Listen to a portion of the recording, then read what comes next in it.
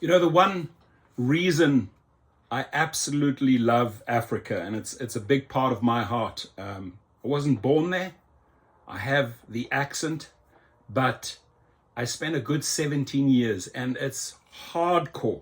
I mean, to do business in Africa, it's insane. It's hardcore. And I love what these Kenyans and Nigerians are doing. Now, I personally, I'll tell you after the video, have not had the best experience doing business in Nigeria or with Nigerians. I still have several friends there. I've been to the cities that they talk about: Abuja, Lagos, Kenya, Nairobi, Mombasa. I've been all over the African continent to do business. But this here is pretty special and unique, because what I love about the African folk, they stick together, my friends. They fight together. They're not like one goes this way, one goes this way. No, they're all on the same page. And it's a double finger to Uber and Bolt if the companies want to mess around with them, with their families, with their livelihoods. They stand up and brawl. That's what I love about the African continent. That's why I love doing business there, is because it's a brutal playground where they do not mess around, right? The shit that people pull off in other countries, you would never ever get away with that in Africa. So gig drivers ask customers to pay extra or cancel despite fare increases from Uber and Bolt. So you want to go on a long trip? You know what? Okay, this is what Uber and Lyft want, but look what I get. I don't get anything, right? And they'll show them examples. So if you want to get to that destination over there, you are going to pay extra. And extra usually means cash straight to me. And as an independent contractor, by the way, you can do that, right? You can do that. Now, some of the tactics used here are a little bit questionable.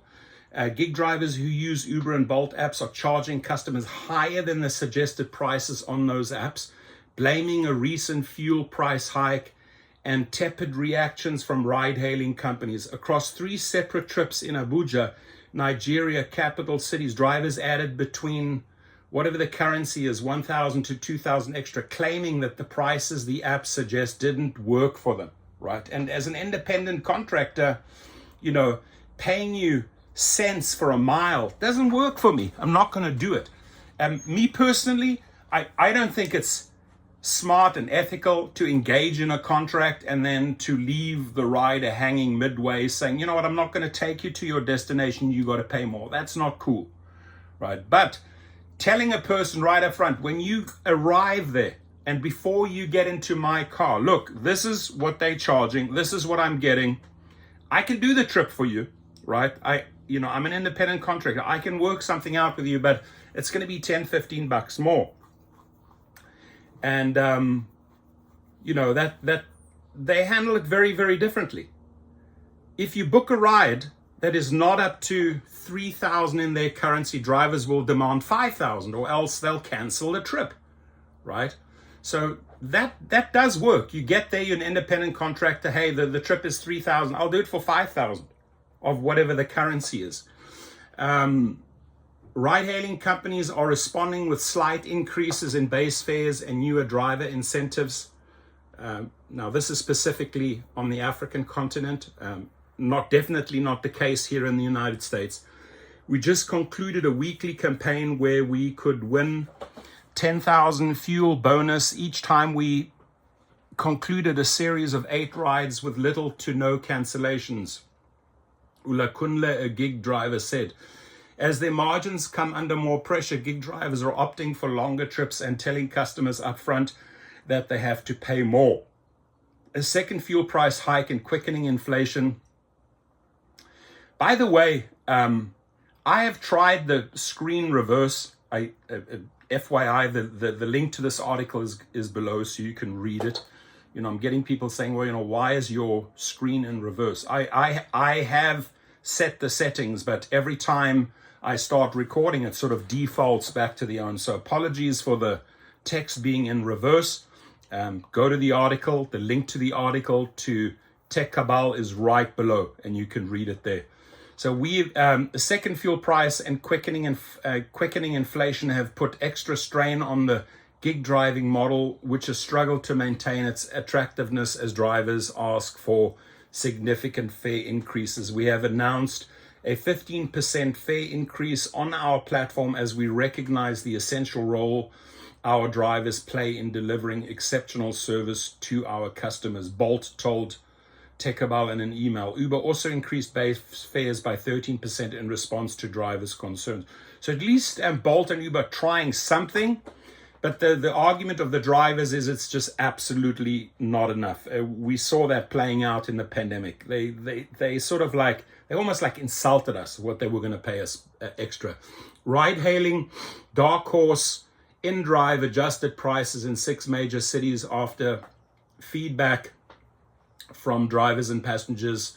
A spokesman for the company said all 3 companies declined to share what percentage increases will it translate to regarding actual base fares. The fare increment does not match the 47% extra we now have to pay for fuel. 47% extra. Ulankunle, who typically works 10-hour days, used to make about 30 trips in 3 days before the latest fuel hike. Now he makes less than 20 trips because of cost considerations. Customers are also likely pulling back from using ride-hailing services. Obviously, the customers are getting crazy increases as well. Cab rides are now more expensive. My journey back home used to cost around $2,500 to $3,000. Now it's $6,500 on Bolt, whatever the Nigerian currency is. I was able to bargain for $4,000 on InDrive. So you can bargain on InDrive. Now, they don't mess around. And I'll tell you I promise to tell you an interesting story about Nigeria. I used to have over 4,000 vending machines, slot machines, casino machines, Coke machines, jukeboxes, pool tables, all throughout Southern Africa. And I had quite a huge armed security team. I had probably 40 armed security guards on my payroll protecting me and my businesses. I had 5 bulletproof cars. And it was a nerve-wracking 4-year period. I once sold a bunch of machines to a Nigerian company. They came in, they paid cash, and then they took off. And then the same guys rolled around. This was in Cape Town, and I did a far bigger deal. And we were screwed out of, that's me and my partners. I ganged up with the PAC, the Pan-African Congress, hardcore fighters, armed to the T, AK-47s, Kalashnikovs, you name it. Now, these guys screwed us on the deal. It was about $600,000. And my guys found out where these Nigerians were staying in Cape Town before they were going to fly out the next day out of Cape Town back to Lagos, Nigeria. And I got that info from, that intel through my resources. I knew when they were flying out. I figured out where they were staying.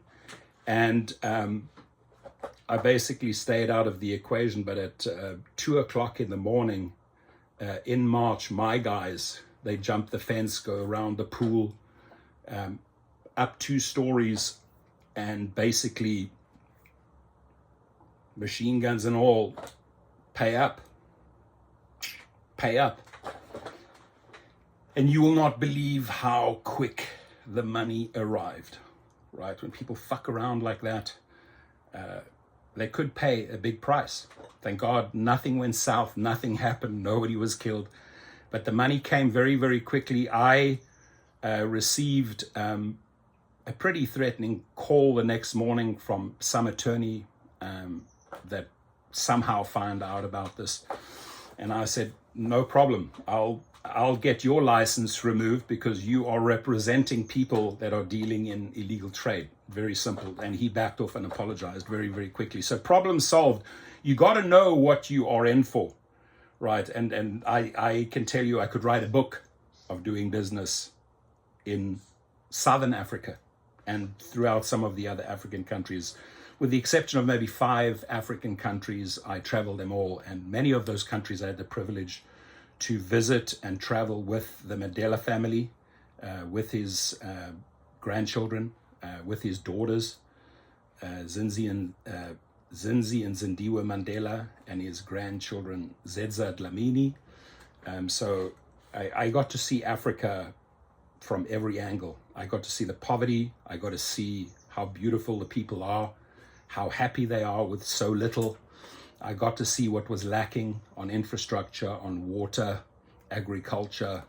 Fascinating, fascinating country with endless opportunities. And anyone that wants to go to Mozambique or South Africa and do business, you'll make a boatload of money. The money is on the streets, it's just lying there.